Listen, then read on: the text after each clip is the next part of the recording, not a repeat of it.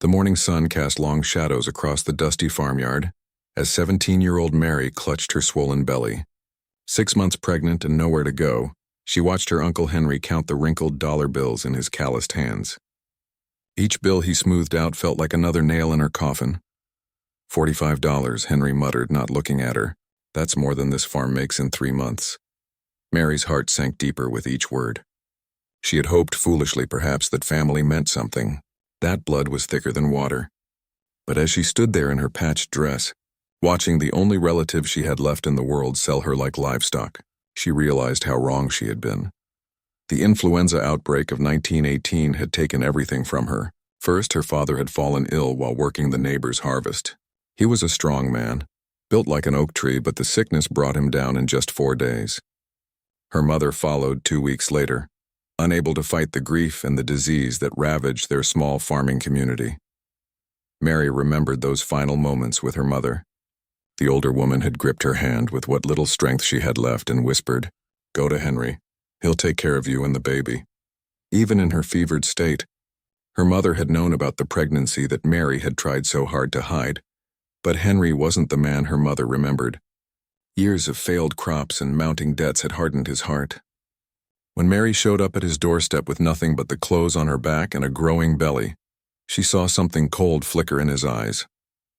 For 3 months, she had tried to make herself useful. She cooked his meals, mended his clothes, and cleaned his run-down farmhouse. She worked from sunrise to sunset, hoping to prove her worth. But Henry never looked at her with anything but resentment. "Another mouth to feed," he would mutter when she sat down to eat, "and soon there'll be 2 more. The baby's father, a traveling merchant named Robert, had promised her the world. He spoke of marriage and a house in the city. He painted pictures with his words of a life far from the struggling farms and endless work. For a few magical weeks, Mary believed she had found her prince. But when she told him about the baby, Robert disappeared faster than morning mist. One day he was there, holding her hands and promising forever. The next, his wagon was gone, and the innkeeper said he had paid his bill and left no forwarding address. Now, standing in Henry's yard, Mary realized she had been foolish to believe in fairy tales. The real world was harsh, and it had no patience for girls who made mistakes. The lumber camp foreman, a thick-set man named Bull Morrison, spat tobacco juice into the dirt and grinned at Henry. "She'll work out just fine. The boys up at camp need someone to cook and clean. Gets mighty lonely up there in the woods." Mary shivered despite the warm morning air. She had heard stories about the lumber camps, stories about what happened to women who went there alone. But what choice did she have? She was 17, pregnant, and had nowhere else to go. "She's a good worker," Henry said, still not meeting Mary's eyes. "Knows her way around a kitchen and can mend clothes real good." Bull Morrison walked around Mary like she was a horse he was thinking about buying. She felt his eyes examining her, weighing her worth. "She looks healthy enough." "That baby due soon?" 3 months or so," Henry answered for her. Mary found her voice for the first time that morning. "I can work hard. I'm not afraid of hard work." Her words came out smaller than she intended, but she needed them to know she wouldn't be a burden. Bull laughed, a sound that made her skin crawl. "Oh, I'm sure you can work hard, little lady. Question is what kind of work you're willing to do." The meaning behind his words hit Mary like a physical blow. She took a step backward, her hand instinctively moving to protect her unborn child. Henry finally looked at her then, and for just a moment she saw something that might have been regret flicker across his weathered face. But it was gone as quickly as it appeared. "The deal is the deal, Bull. You said $45 for a cook and cleaner." "That's right," Bull agreed, folding the money into his shirt pocket. A cook and cleaner. Among other things, of course. Mary felt tears threatening to spill down her cheeks, but she blinked them back. She wouldn't give these men the satisfaction of seeing her cry. She had learned early that tears were a luxury she couldn't afford. The wagon that would take her away from everything she had ever known was loaded with supplies for the lumber camp. Bags of flour, barrels of salt pork, and cases of canned goods filled the back, leaving just enough room for Mary and her small bundle of belongings. As she climbed into the wagon, Henry caught her arm. For a moment she thought he might change his mind. Maybe family would mean something after all. "Don't write to me," he said quietly. "Don't come back here." Those words cut deeper than any physical pain Mary had ever felt. She nodded, not trusting herself to speak, and settled into the hard wooden seat next to Bull Morrison. The wagon lurched into motion, and Mary watched the only home she had ever known grow smaller in the distance. The farmhouse where she had taken her first steps, where her mother had taught her to bake bread, where her father had read to her by the fireplace on winter evenings. All of it was disappearing, maybe forever.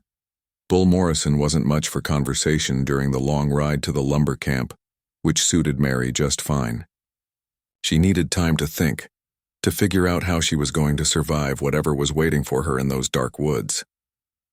The baby kicked inside her belly, and she placed both hands over the spot, whispering a quiet promise. "I'll take care of you, little one. No matter what happens, I'll find a way to keep you safe." The forest grew thicker as they traveled deeper into the mountains.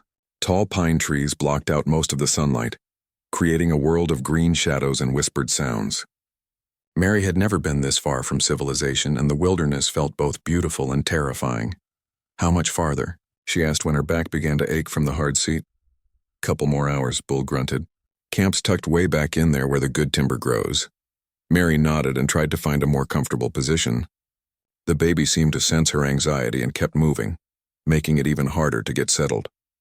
As the afternoon wore on, she began to smell wood smoke and hear the distant sound of axes biting into trees. The lumber camp was close now, and with each turn of the wagon wheels, Mary felt her old life slipping further away. When they finally emerged into a clearing filled with rough wooden buildings and stacks of cut logs, Mary's heart sank even lower. This wasn't a place where a respectable woman would work. This was a world of hard men doing dangerous work, far from the civilizing influence of wives and families. The lumberjacks who noticed their arrival stopped what they were doing to stare. Mary could feel their eyes on her, evaluating, calculating. She pulled her shawl tighter around her shoulders and tried to make herself as small as possible. Bull Morrison brought the wagon to a stop in front of the largest building. "Well, here we are. Home sweet home." Mary looked around at the rough camp with its muddy paths and ramshackle buildings. Somewhere in the distance she could hear men shouting and the crash of falling trees. This was to be her new world, and she had no idea how she was going to survive it. As she climbed down from the wagon, her legs shaky from the long ride, Mary caught sight of a tall man working near a stack of logs. Unlike the others who had stopped to stare, he kept working, his axe moving in steady, practiced strokes. There was something different about him, though she couldn't say what. Maybe it was the way he worked with quiet focus, or maybe it was simply that he hadn't joined the others in gawking at her arrival. Bull Morrison was already heading toward the main building, expecting her to follow. Mary gathered her small bundle of belongings and took a deep breath. Whatever was about to happen, she would face it with as much courage as she could muster. The baby kicked again, stronger this time, as if to remind her that she wasn't facing this alone. She had someone depending on her now, someone who needed her to be strong. "Come on, then," she whispered to her unborn child. "Let's see what happens next." Thomas Anderson had been swinging an axe since he was 14 years old. Now at 26, his arms were thick as tree trunks and his hands were permanently stained with pine sap. He had worked every lumber camp from Oregon to Northern California, saving every penny he could for one simple dream: to own his own piece of land. 8 years of backbreaking work had taught him to mind his own business. In the rough world of logging camps, a man learned quickly that getting involved in other people's problems usually led to trouble. So when he heard Bull Morrison's wagon rattling into camp that Tuesday afternoon, Thomas kept his focus on the log he was splitting. But something made him look up. Maybe it was the sudden quiet that fell over the other men, or maybe it was instinct. Whatever it was, when Thomas raised his head, he saw a young woman climbing down from Morrison's wagon with careful, awkward movements. She was clearly expecting a baby, and she looked scared. Thomas had seen women come to logging camps before. Usually they were rough women who knew exactly what they were getting into. This girl looked like she belonged in a church pew, not in a camp full of men who hadn't seen civilization in months. "Well, boys," Bull Morrison called out loudly, "meet your new cook. This here's Mary, and she's going to take real good care of all of us." The way Morrison said it made Thomas's stomach turn. The other men began gathering around, making comments that got cruder by the minute. Mary stood frozen in place, clutching a small bundle of belongings, her face pale as winter snow. "She sure is a pretty little thing." called out Jack Wilson, one of the newer workers. Bet she knows how to keep a man warm at night. Several men laughed at that, and Thomas saw Mary flinch like she'd been slapped. Her hand moved instinctively to protect her belly, and something deep inside Thomas's chest tightened with anger. Now. Morrison grinned, clearly enjoying the attention. She's here to work. Cook your meals, wash your clothes, keep the place clean. Course, if any of you boys want to work out some special arrangements, that's between you and her. Thomas had heard enough. He set down his axe and walked toward the group, his boots making heavy sounds on the packed earth. The other men noticed him coming and stepped aside. Thomas might not say much, but when he moved with purpose, people paid attention. She'll work for me, Thomas said quietly, his voice carrying clearly in the sudden silence. Morrison's eyebrows shot up. That's so. Didn't know you were interested in that kind of arrangement, Anderson. Thomas felt heat rise in his neck, but he kept his voice steady. I need help at my cabin. Someone to cook and keep house. I'll pay her fair wages. He had been thinking about hiring help anyway. His small cabin sat on 40 acres of land he was buying from the lumber company.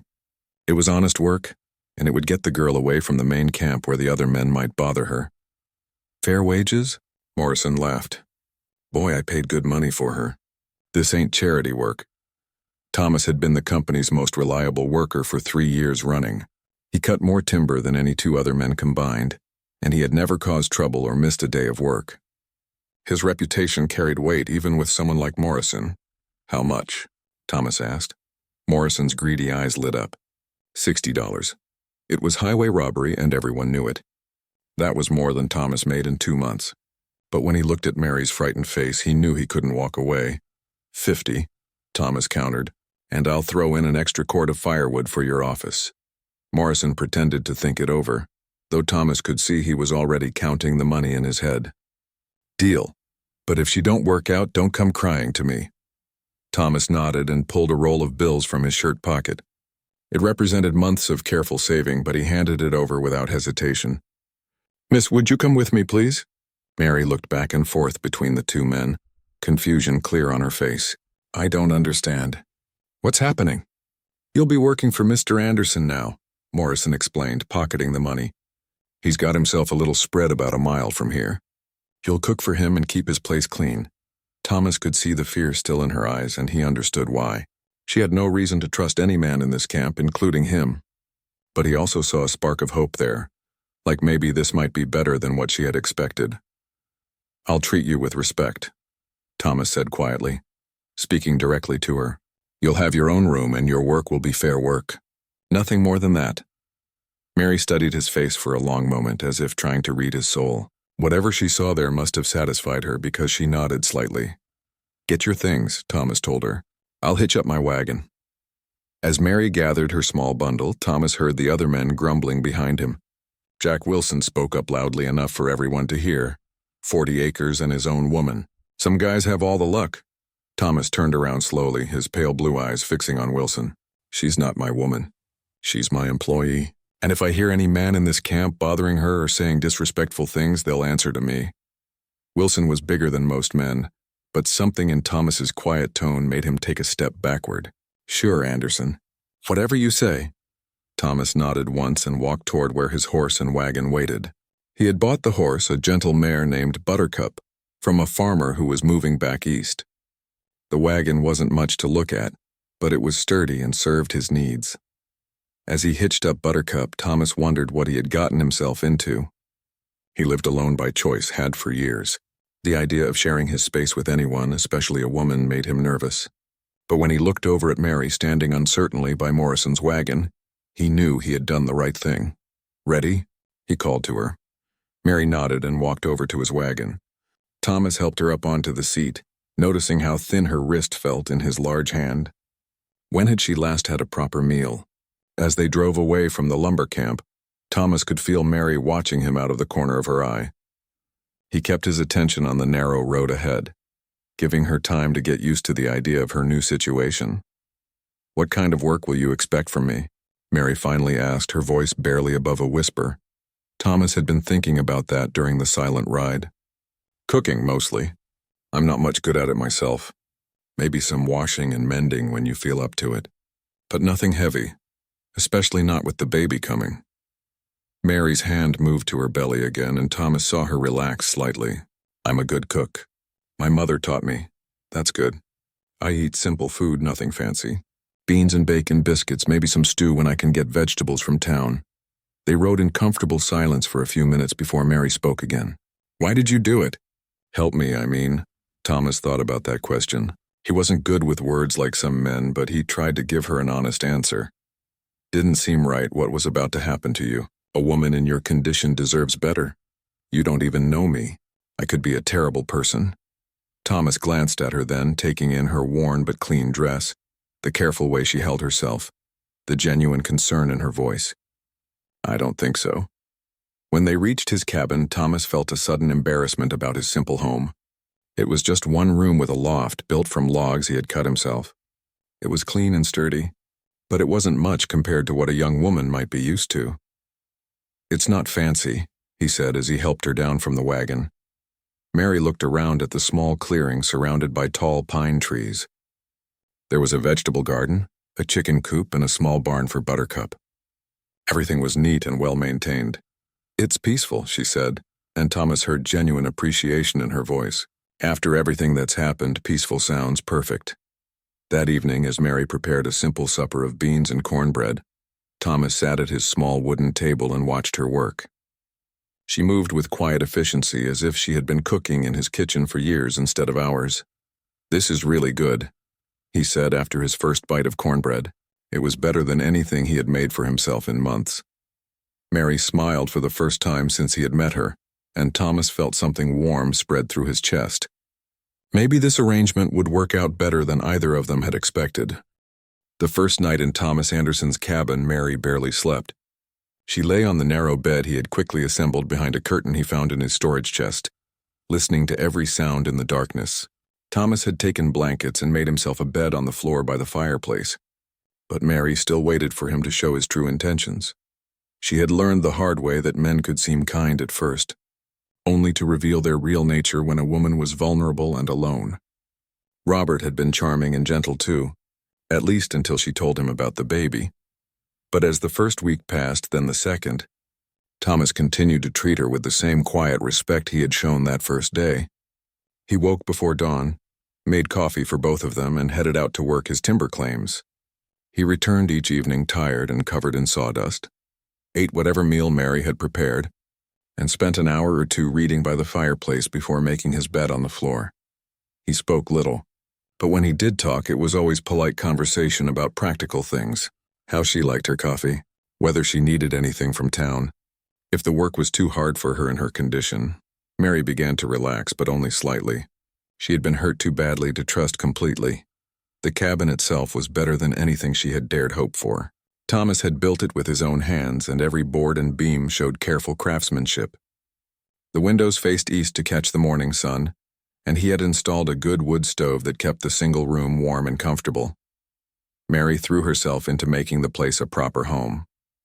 She scrubbed the wooden floors until they gleamed, organized his few belongings, and established routines that made their shared space work smoothly. She found that keeping busy helped quiet the worried thoughts that tried to crowd into her mind. Thomas noticed her efforts, though he rarely commented on them directly. Instead, he showed his appreciation in small ways. He brought her wildflowers he found in the forest. He carved a wooden spoon to replace the bent metal one she had been using. He built shelves for the few books she had brought with her. You don't have to do all this, Mary said one evening as she watched him carefully sanding a wooden bowl he was making.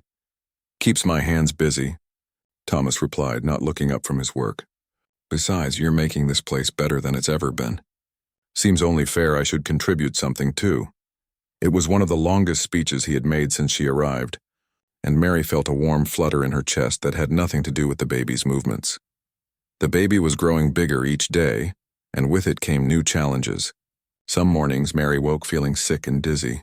Thomas began leaving a cup of ginger tea by her bed each morning, though he never explained how he knew it would help. My sister Jenny went through the same thing with her first baby, he finally admitted when Mary thanked him for the tea.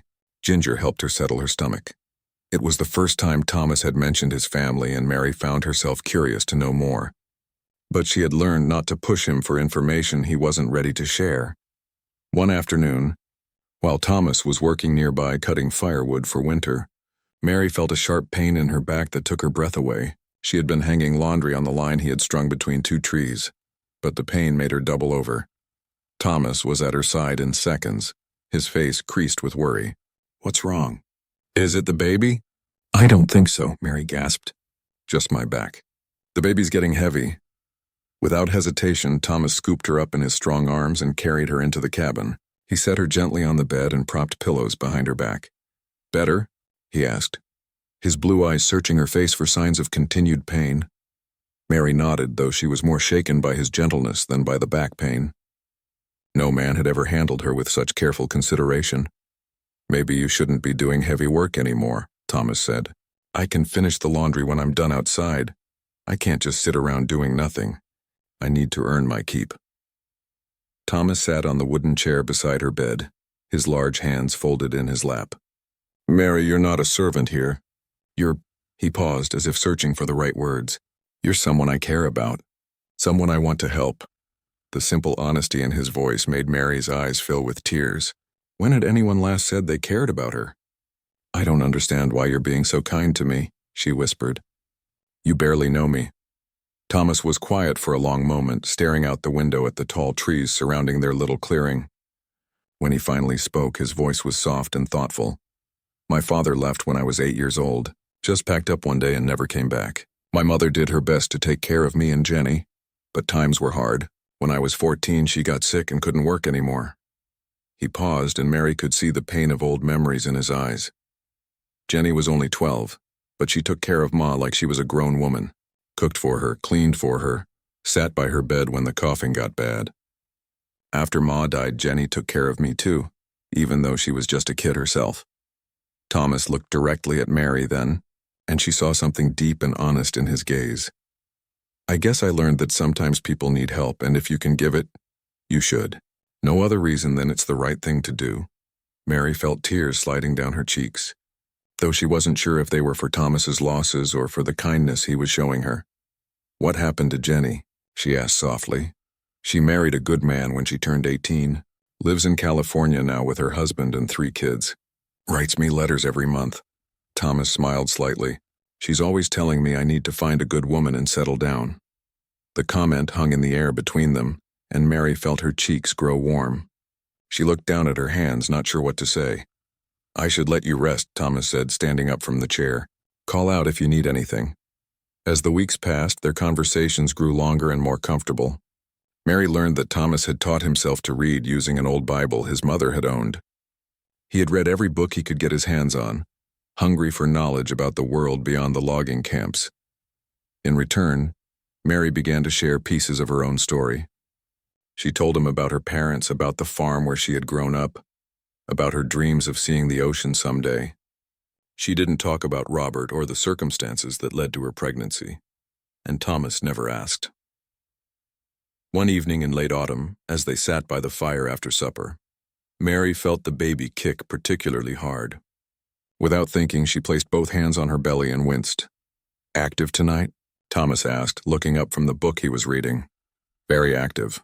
This little one seems to think my ribs are something to kick against." Thomas set down his book and looked at her with curiosity. "What does it feel like? The baby moving, I mean."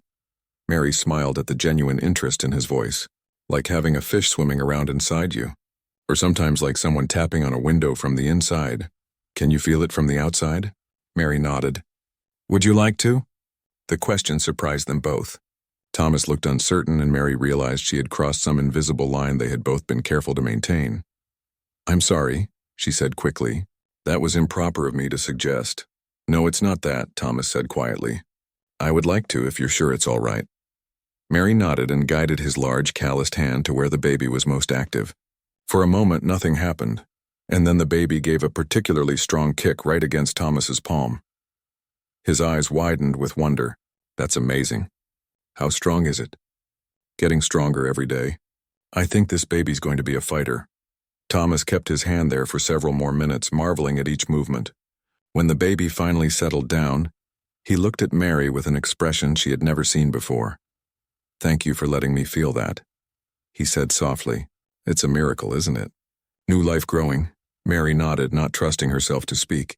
Something had changed between them in that moment, something that made her heart race with possibilities she hadn't dared to consider. That night, as Mary lay in her bed listening to Thomas settle in by the fireplace, she realized that somewhere along the way, she had stopped being afraid of him. More than that, she had begun to look forward to their quiet evenings together, to his gentle presence in her daily life. For the first time since Robert had abandoned her, Mary allowed herself to hope that maybe, just maybe, she had found not just safety, but something much more precious. Something that felt very much like the beginning of love. By November, the first snow had begun to dust the tall pine trees around Thomas's cabin, and Mary could barely see her feet when she looked down. The baby was due any day now, and Thomas had been working frantically to prepare for the arrival. He had expanded the cabin during the past month, adding a proper bedroom for Mary and a small alcove that would serve as a nursery. Every evening after his regular work was done, he could be heard hammering and sawing by lantern light, determined to have everything ready. Mary watched him work with a mixture of gratitude and something deeper that she was finally ready to name: love. She had fallen in love with this quiet, gentle man who had saved her from a terrible fate and asked for nothing in return. The realization should have frightened her. After what Robert had done to her, she had sworn never to trust her heart to any man again. But Thomas was different in every way that mattered.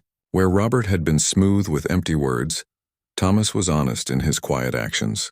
Where Robert had made grand promises he never intended to keep, Thomas simply did what needed to be done without fanfare. "You don't have to do all this for me," Mary said one evening as she watched Thomas carefully sand a wooden cradle he had built. "I want to," he replied, running his hand along the smooth wood to check for rough spots.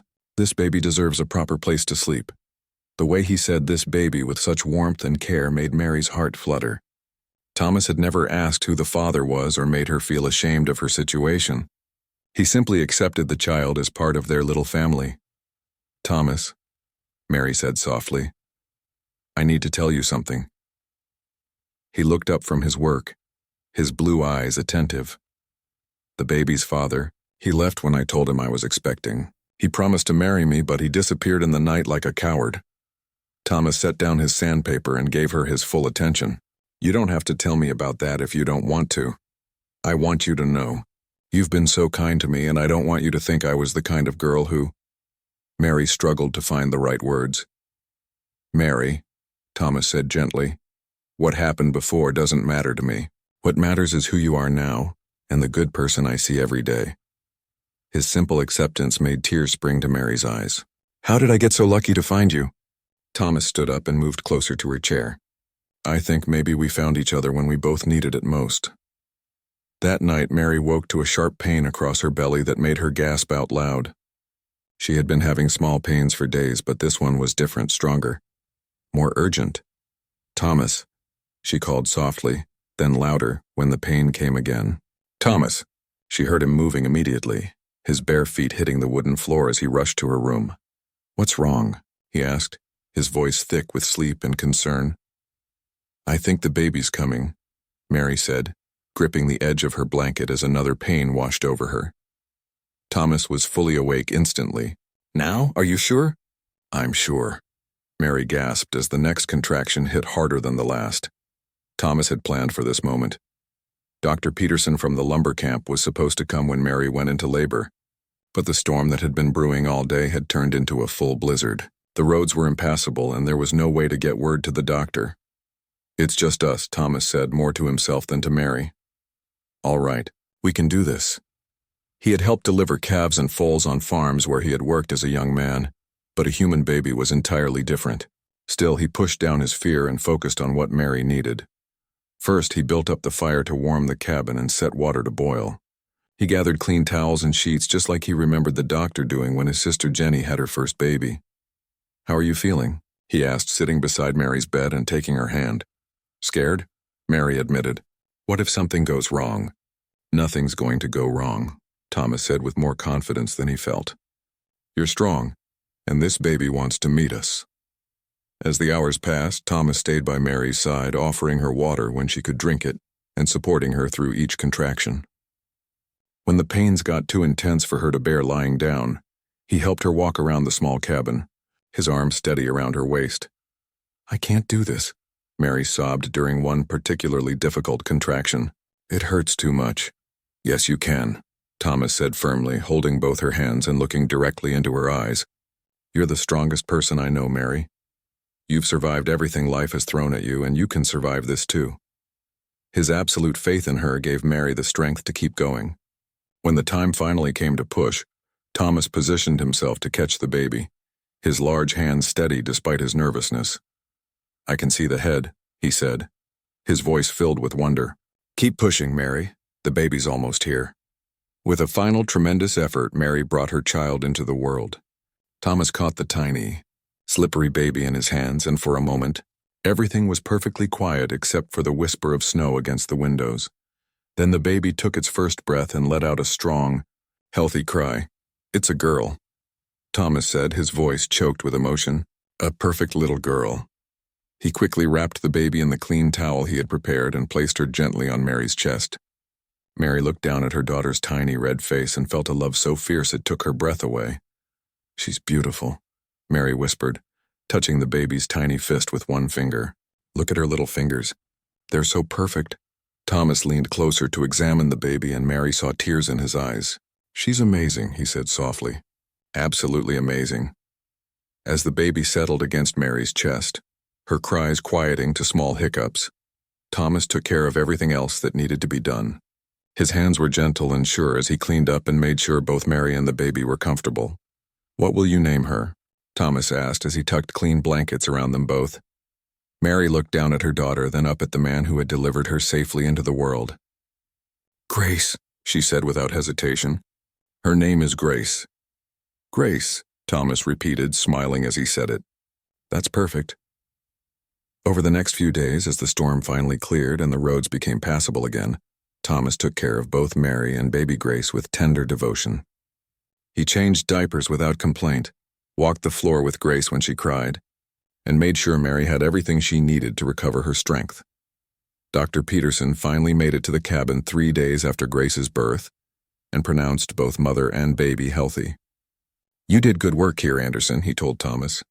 "Not many men could have managed a birth like that." After the doctor left, Mary and Thomas sat together by the fire, Grace sleeping peacefully in the cradle Thomas had made.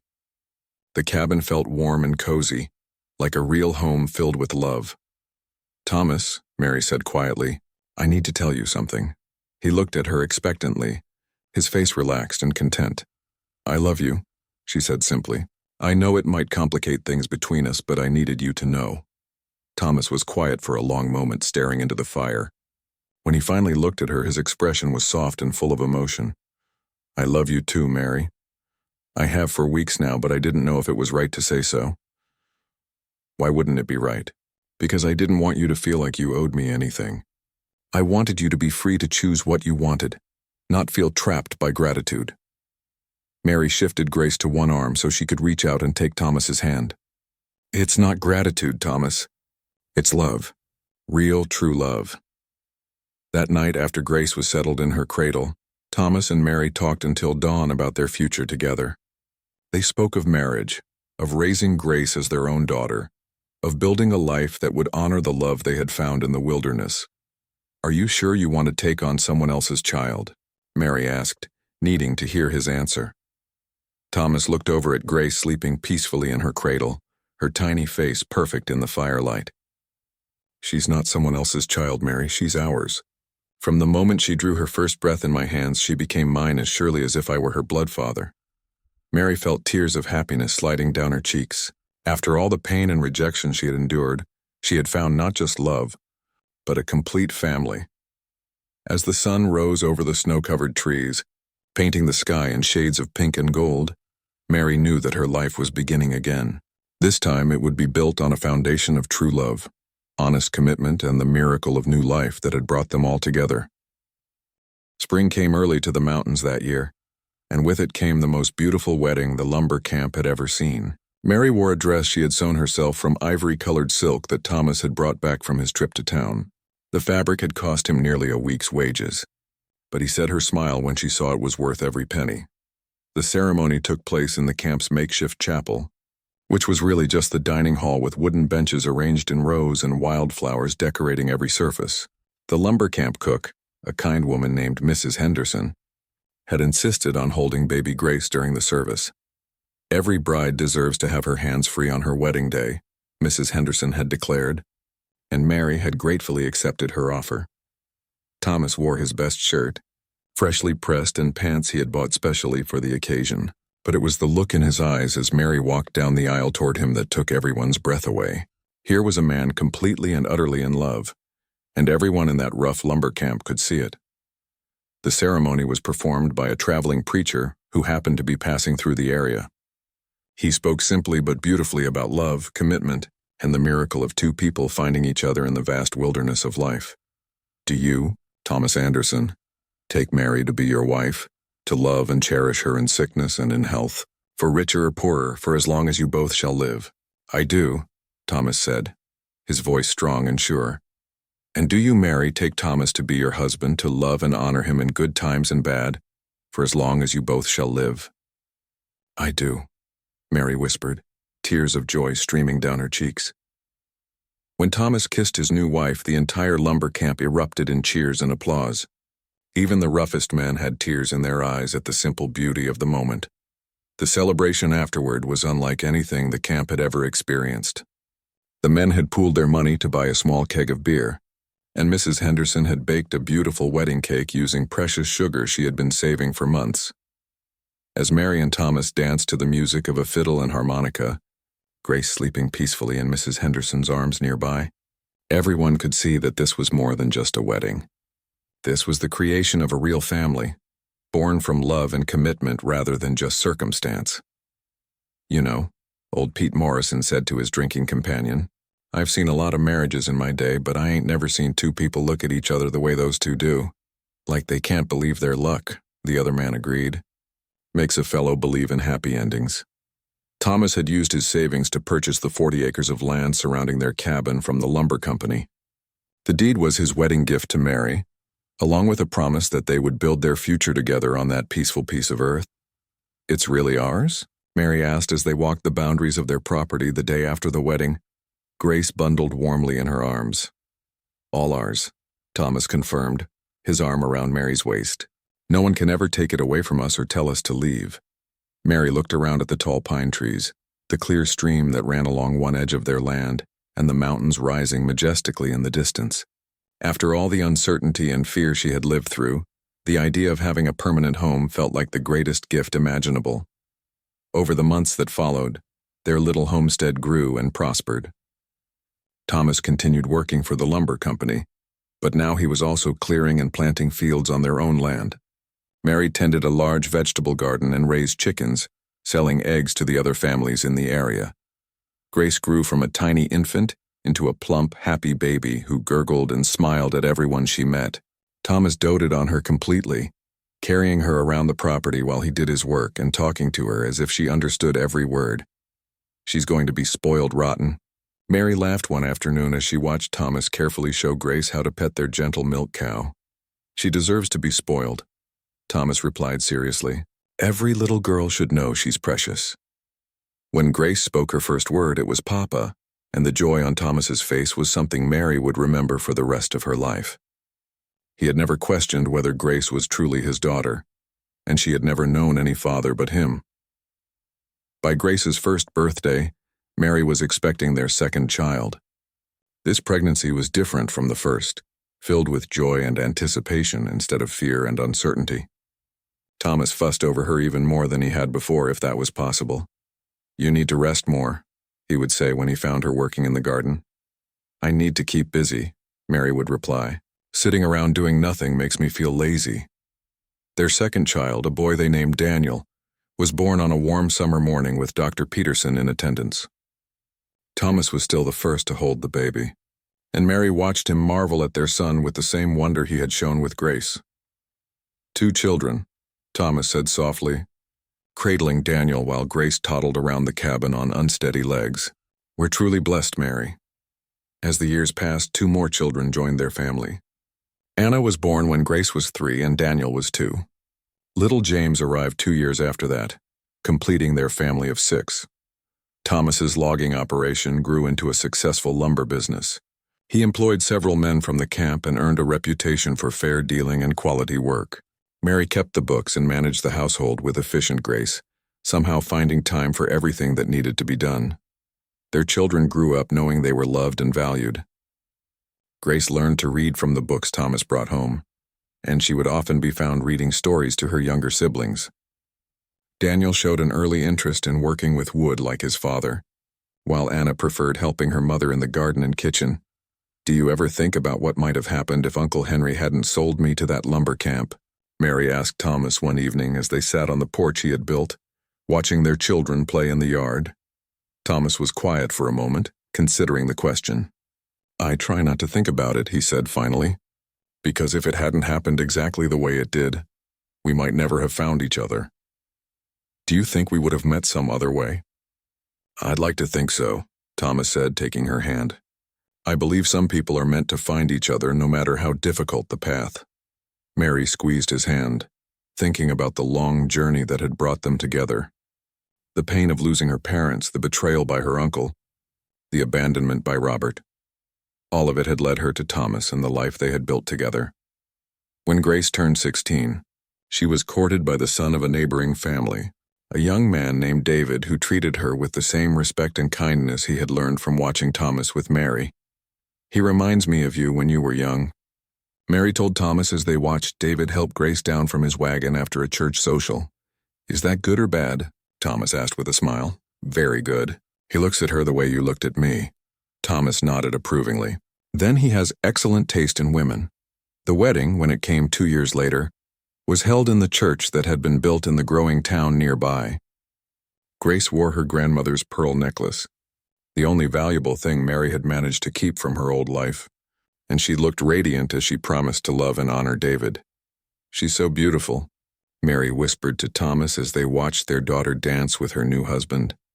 "She gets that from her mother," Thomas replied, his eyes twinkling. As their children grew up and started families of their own, Mary and Thomas aged gracefully together. Thomas's hair turned silver, and lines appeared around his eyes from years of squinting in the bright mountain sun. Mary's face showed the gentle marks of time and laughter, but her eyes remained as bright as the day Thomas first saw her. Their lumber business continued to prosper, and they became pillars of the community. Thomas served on the town council, while Mary helped establish the first school and organized aid for families in need. "We've had a good life," Mary said one evening as they sat together on their porch, now in their 60s, watching the sun set over the mountains they had called home for more than 40 years. "The best life," Thomas agreed. "Better than I ever dared to dream." In their final years together, as their children and grandchildren gathered around them for holidays and celebrations, Mary would sometimes think about her Uncle Henry, who had died alone and forgotten. She felt no bitterness toward him anymore, only gratitude that his betrayal had led her to Thomas. "Do you think he ever realized what he gave up when he sold me?" Mary asked Thomas one quiet afternoon. "His loss was my gain," Thomas replied simply, "and I've never forgotten how lucky I am." When Thomas passed away peacefully in his sleep at the age of 78, Mary grieved deeply, but not hopelessly. She had been loved completely by a good man for more than 50 years, and she had loved him in return with all her heart. At his funeral, the church was packed with people whose lives had been touched by Thomas's quiet kindness and integrity.